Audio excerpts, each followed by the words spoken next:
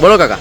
હા, હવે આ રોડ જે બને છે એની પેલા ગટર અને પાણી લાઈન પેલા કરવી જોઈએ. જી. તો પછી રોડ તોડી અને ફરી કરે એટલે ખરા ટેકરા થાય, એટલે રોડ વ્યવસ્થિત થાય નહીં. એટલે પેલા ગટર અને વ્યવસ્થા પેલા કરે અને કોઈ લેવલ છે નહીં, લેવલ વ્યવસ્થિત કરે. રોડ વ્યવસ્થિત બનાવવાનું કહીએ એટલે કોન્ટ્રાક્ટર એની મનમાની કરે અને પછી કોનું નામ જે છે? અને પછી ડેપ્યુટી એન્જિનિયરનું નામ દે છે. હું સરકારી માણસ નથી એવી વાત કરે છે. ઓકે. પછી બીજી કોઈ તમારી સમસ્યા ખરી સાહેબ? તમારા બધાની બીજી કોઈ સમસ્યા ખરી? પાર્શિયાલિટી તમારા જોડે થાય છે કે નહીં? હા યા ના? પાર્શિયાલિટી તમારા જોડે થાય છે? અંદર પાણી બિલકુલ ભરાય નહીં, હા. એ રીતે વ્યવસ્થિત રીતે ઓકે.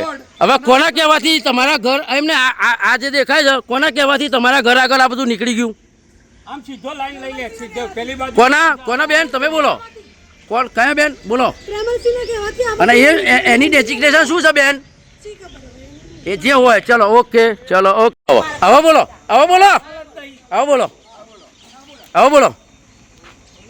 નગરપાલિકાના જે અધિકારીઓ આવે એ માહોલના કોર્પોરેટર કે એ પ્રમાણે જ કામ કરે છે.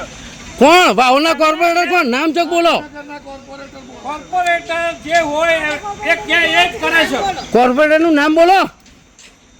ફેમલસી ગોલ હા અત્યારમાં નાખેલું. હા પેલો એન્જિનિયર આવેલા, હા. એન્જિનિયરે કીધું કે લેવલ કરીને નાખ્યું. હા આવો છતોય નાખ્યા પછી કઈ કેમ ઉપાડી લેવું પડ્યું? કેવી રીતે ઉપાડ્યું? કોના કહેવાથી ઉપાડ્યું? એ જે નગરપાલિકાના અધિકારીઓ આવે છે એ કોર્પોરેટરનું જ સાંભળે છે.